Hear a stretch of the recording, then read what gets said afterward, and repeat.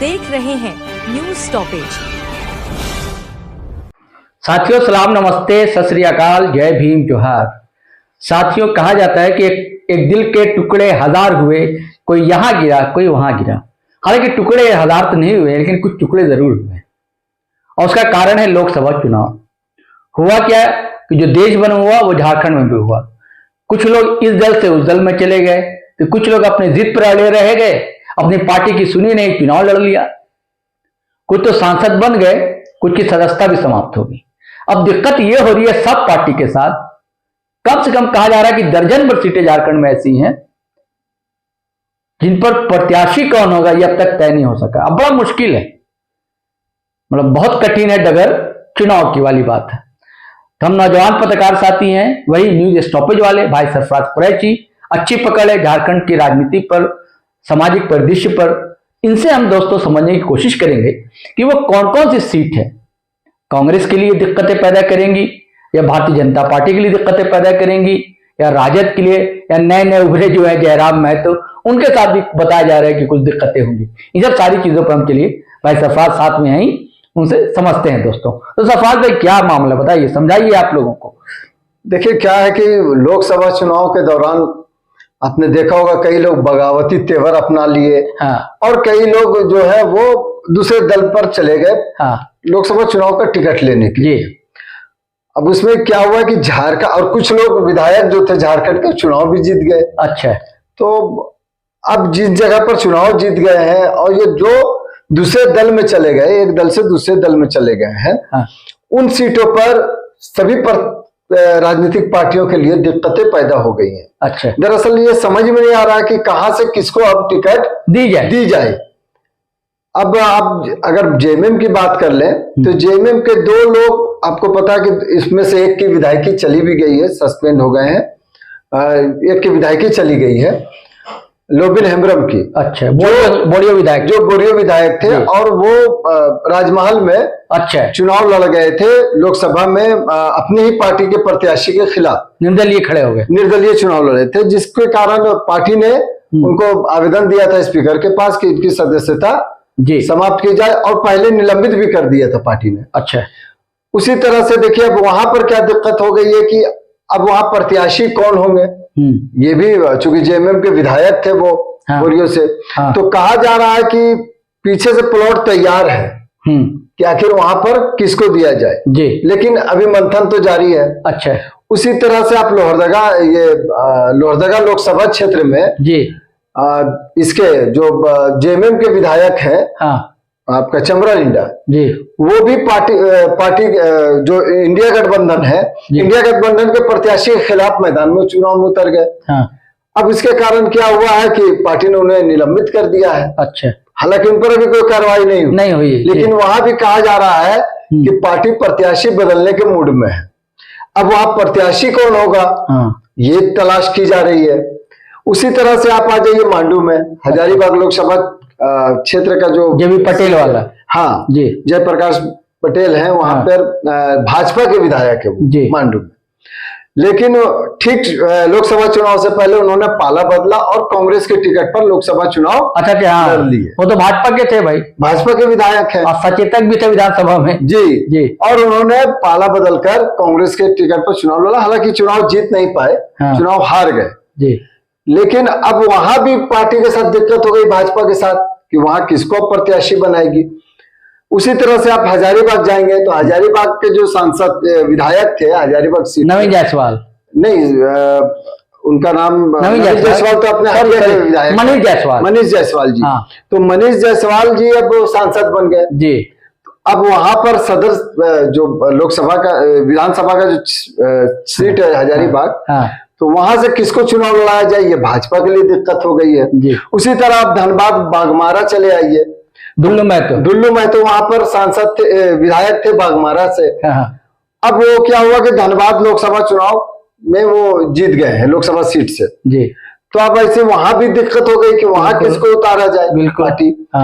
अब लोहरदगा की बात कर ले तो लोहरदगा में जो सबसे मजबूत रामेश्वर उरांव अभी विधायक है वहां पर, और इनके जो सबसे नजदीक प्रतिद्वंदी माने जा रहे थे वो थे सुखदेव भगत जी। हाँ। सुखदेव भगत जी अब लोकसभा में वो जब पहुंच चुके हैं, वो चुनाव जीत गए झारखंड में इस बार।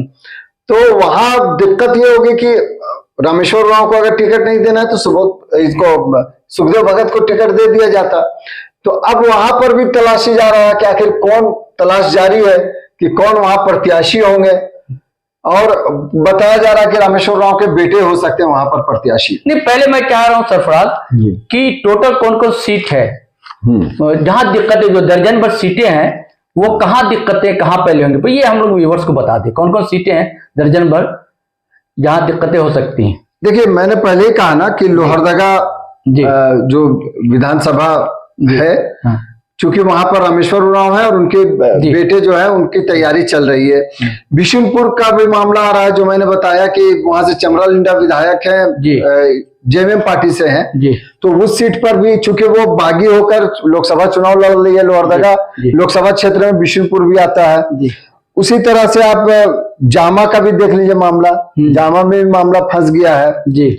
जमशेदपुर में, जमशेदपुर पूर्वी का मामला है, हजारीबाग का मामला है जी, बोरियो का मामला है जी, मांडूस का मामला है, सिंदरी का मामला है, बहरागोड़ा है जी, मनोहरपुर है।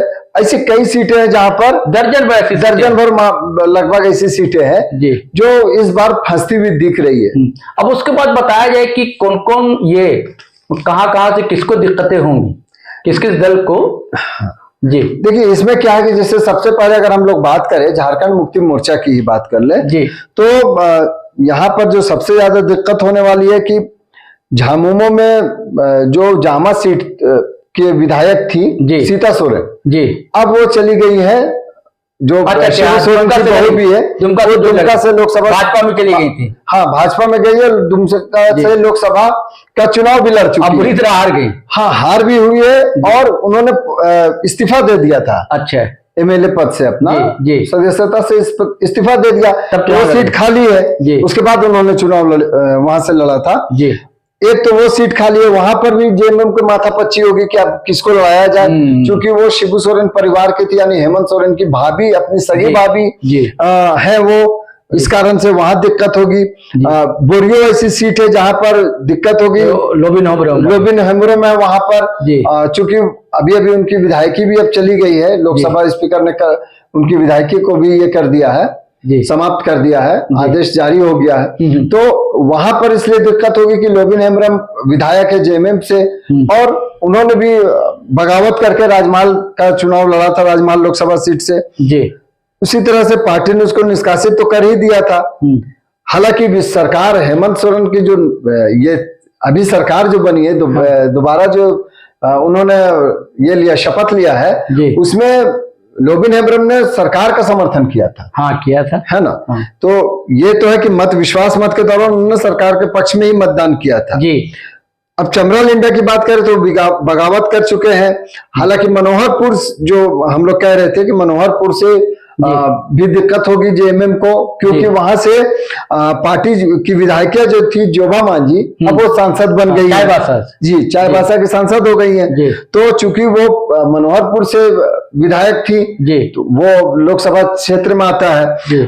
उसी तरह कुणाल सारंगी का नाम इन दिनों चर्चा में है। उसके पीछे कारण है कि वो भाजपा से अभी इस्तीफा दे चुके हैं जी। पहले वो जेएमएम में भी थे। अच्छा। और बताया जा रहा है कि हेमंत सोरेन के काफी करीबी हुआ करते थे, बहुत तारीफ की उन्होंने भी। हाँ, और नहीं, वो पहले भी हेमंत सोरेन के साथ में उनकी ट्यूनिंग अच्छी जो है, बहुत उनको छोटे भाई की तरह बताया जाता है कि हेमंत सोरेन मानते थे कुणाल सारंगी को, लेकिन वो पिछली बार चले गए थे भाजपा में जी।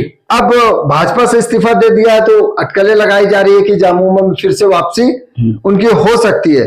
अब क्या है कि वो जहां से चुनाव लड़ते हैं जी, वो बहरागोड़ा सीट है। अच्छा। तो अब वहां पर भी दिक्कत होगी, क्योंकि बहरागोड़ा में इनके पहले ही से विधायक हैं जेएमएम के। तो ये जेएमएम के कई सीटें जो इस प्रकार है, यहाँ दिक्कतें होंगी। इसी तरह अगर भाजपा की बात कर ले जी, तो भाजपा में जो जमशेदपुर पूर्वी है जी, वहां से अक्सर चुनाव जीतने वाले रघुवर दास जो राज्यपाल बन गए, मुख्यमंत्री भी रह चुके हैं झारखंड के, और अभी तो हालांकि हारे भी थे, सरजू राय ने हराया था। सरजू राय ने हराया था, लेकिन भाजपा के उस सीट पर सबसे ज्यादा जीत उन्होंने दर्ज की थी जी। तो अब अभी तो वो राज्यपाल बन गए, तो वो चुनाव लड़ेंगे कि नहीं इसको लेकर है। अगर वो चुनाव लड़ते हैं तो राज्यपाल के पद से इस्तीफा देकर फिर आना पड़ेगा जी। और अगर वो चुनाव नहीं लड़ते तो यहाँ प्रत्याशी कौन होगा, ये भी देखने वाली बात होगी।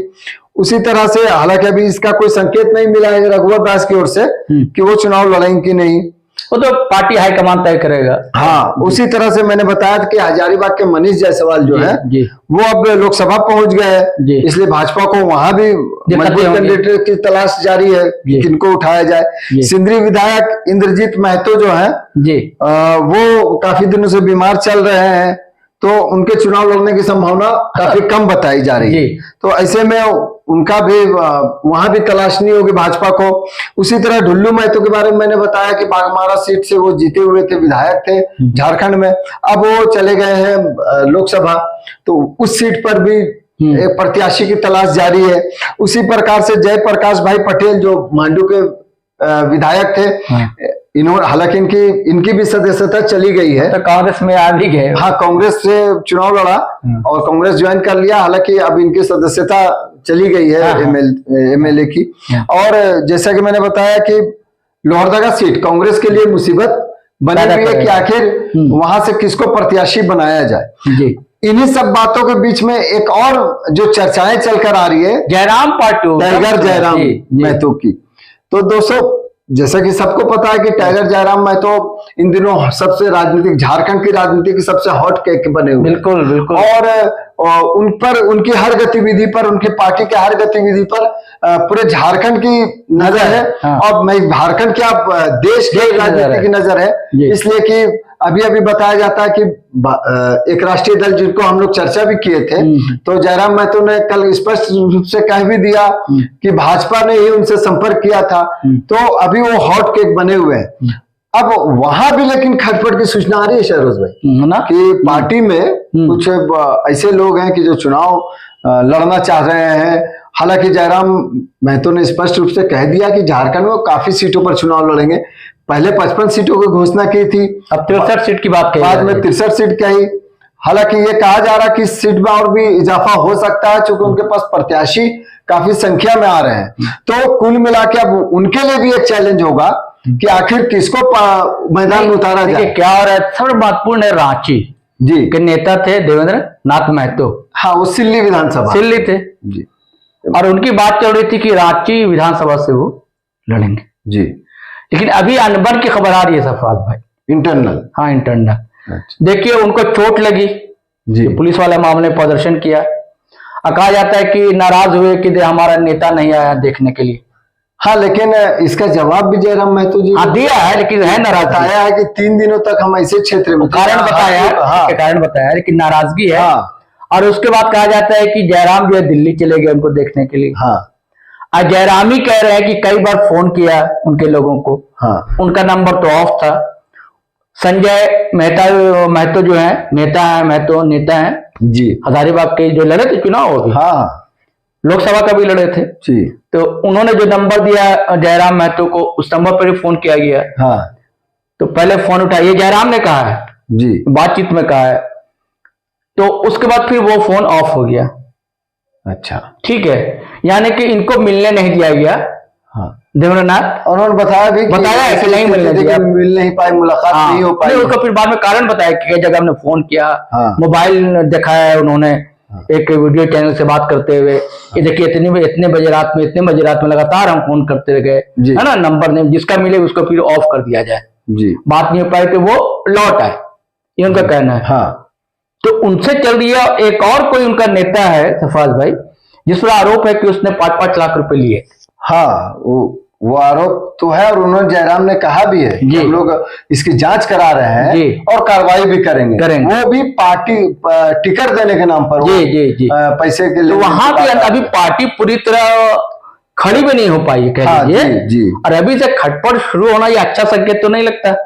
हाँ, बिल्कुल, चूंकि नई पार्टी, और पार्टी ने जिस प्रकार जबरदस्त जनाधार बनाने वाली, और युवाओं में जनाधार जिस प्रकार से इनका बढ़ा है, ऐसे में इस तरह की खबरें पार्टी को कहीं ना कहीं कमजोर कर सकती है जी।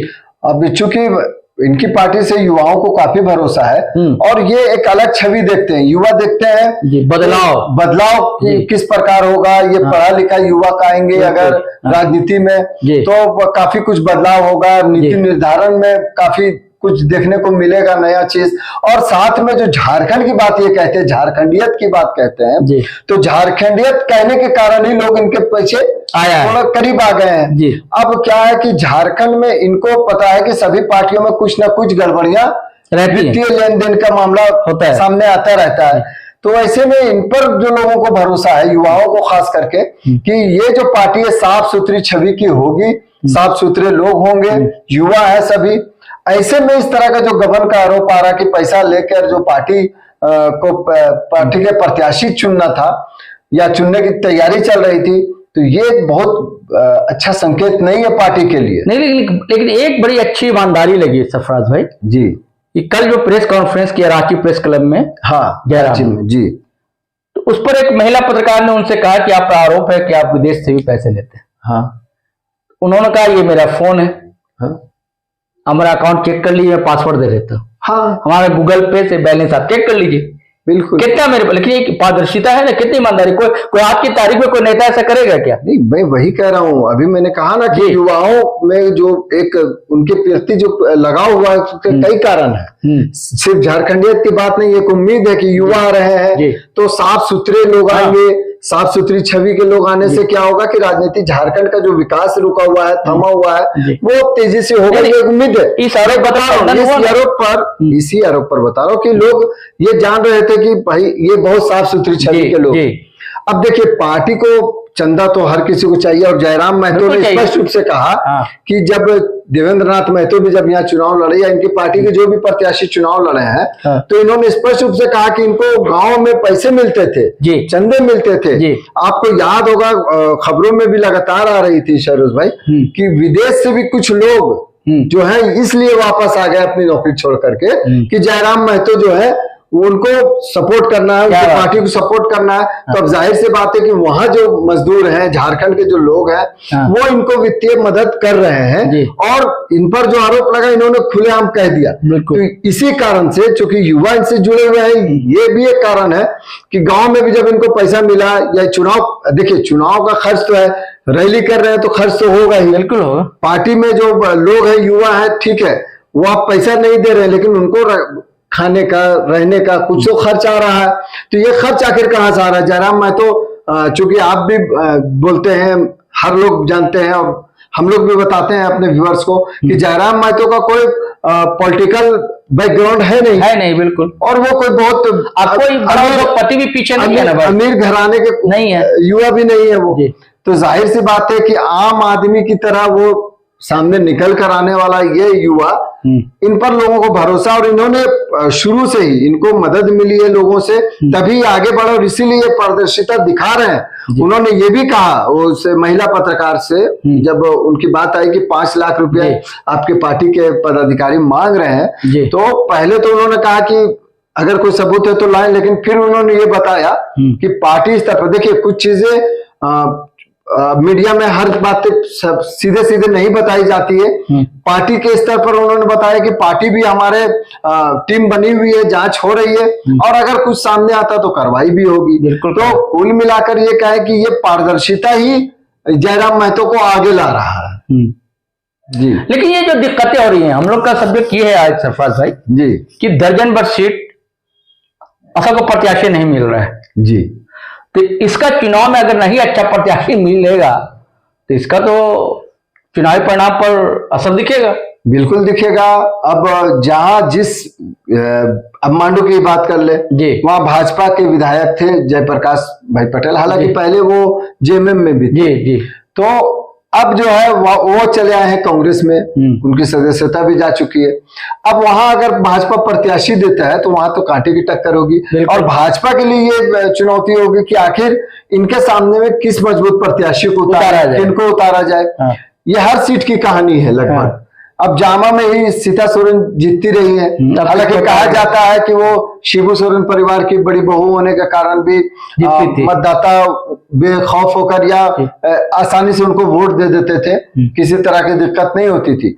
लेकिन अब अगर वो चुनाव में उतरती हैं, अच्छा, तो दिक्कतें तो होंगी, चूंकि अब उनके पास जो बैनर होगा, जो उनके पास पार्टी का झंडा होगा, वो कमल छाप होगा, भाजपा का। परंपरागत वोट जो जेएमएम का नहीं मिलेगा, वो नहीं मिलेगा।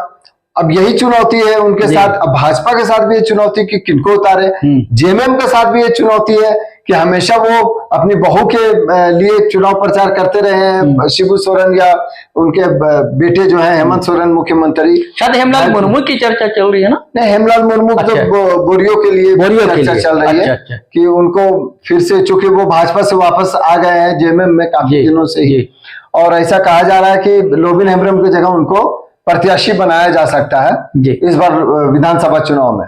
तो जामा में जहां भाजपा के लिए दिक्कत होगी, वहीं जेएमएम के लिए भी दिक्कत है।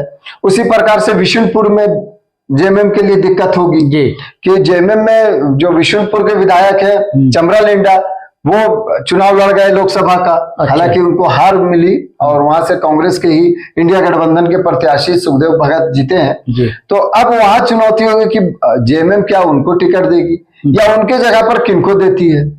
ये बड़ी चुनौतियां कई लगभग सभी विधानसभा सीटों पर जो हम लोगों ने जिक्र किया उस पर आई। ठीक है साथियों, आज अब इतने इजाजत दीजिए। क्या दिक्कतें होंगी आने वाला समय बताएगा, लेकिन दिक्कतें तो हैं, वो दर्जन भर सीटें हैं। सभी एक दल नहीं, सभी दल को, और नई नई जो पार्टी बनकर आ रही है, JVKS के JKLM कहा जा रहा है, उनके साथ भी दिक्कतें होंगी। नई पार्टी है, अब देखिए क्या होता है। वो इजाजत दें। जय हिंद, जय भारत।